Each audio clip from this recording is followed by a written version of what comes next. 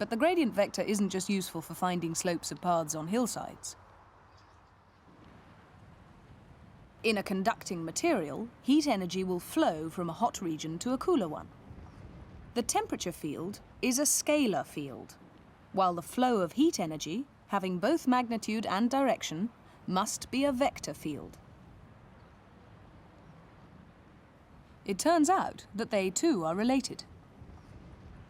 Engineers often have to calculate temperature distributions and heat flow patterns. The nuclear reactor in this power station generates heat by the controlled nuclear fission of uranium. Heat which is then used to produce steam, which in turn drives turbines which generate electricity. Inside the reactor itself, there are fuel elements consisting of long stainless steel rods containing uranium fuel. The rods get very hot as heat is generated inside them by nuclear fission. The temperature in the fuel can reach up to typically 900 degrees C in the center of the fuel. That's conducted away to the edge of the fuel and out to the coolant. The fuel temperature on the edge of the fuel is typically about 450 degrees C. This is a fuel can for an AGR fuel rod. This is an empty fuel can, there's no uranium in this. It has a diameter of about 1 centimeter and is approximately 1 meter long. The helical ribs are to aid transfer of heat away from the fuel pin. For reasons of thermodynamic efficiency, it is essential to run the reactor as hot as possible. But on the other hand, it's important not to allow the temperature to approach the melting points of any of the materials. How could we calculate the temperature distribution in the rod? To answer this question, we'll need first to identify the relevant scalar and vector fields in the rod, and then the relationships between them. The fuel rods inside most modern nuclear reactors are quite complicated in structure, so let's look at a simple model consisting of a single uranium rod. We'll assume that the rod is very long and cylindrical, with its axis along the z-axis. Inside this single rod, we'll assume that heat is being generated by nuclear fission at a constant rate uniformly throughout the rod.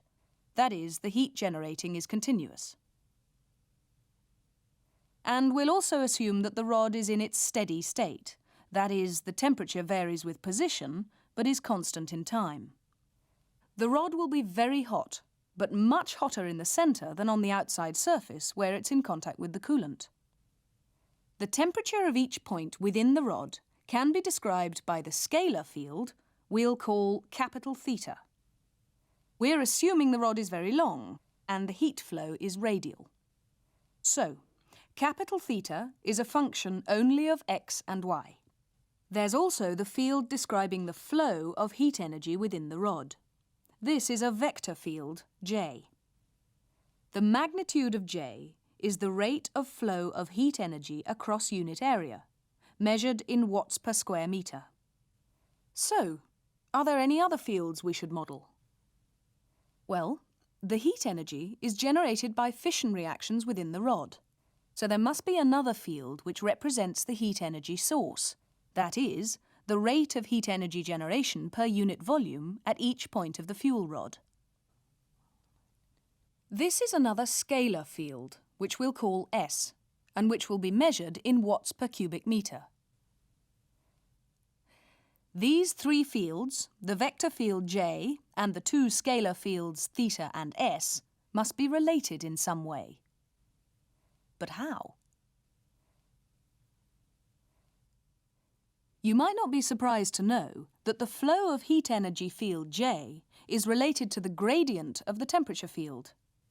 J equals minus kappa grad theta. Using the definition of grad in terms of partial derivatives from earlier, that means J is related to theta by this equation.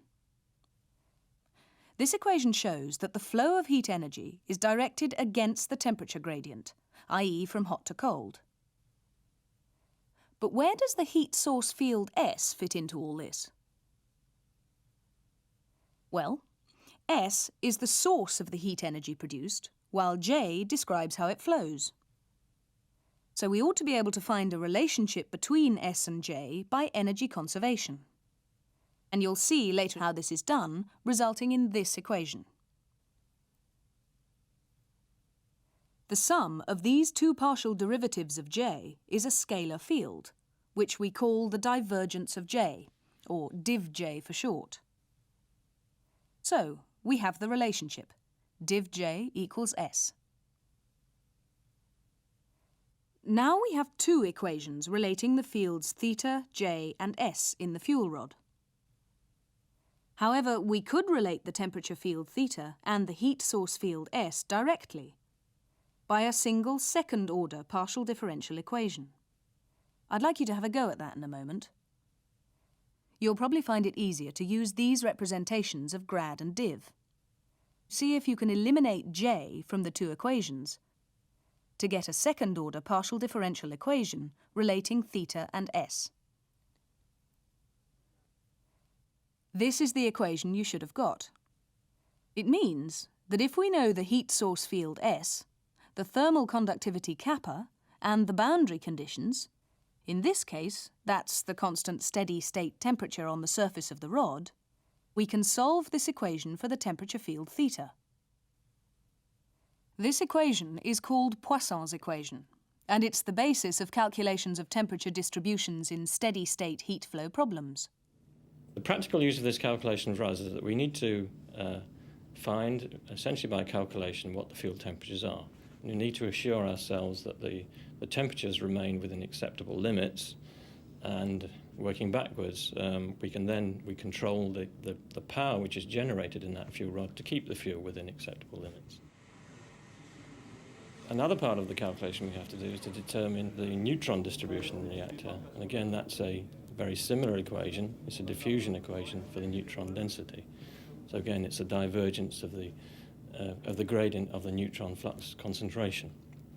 And we solve that over the whole reactor. Mathematically, a very similar problem we have to solve, finding the neutron density within a reactor.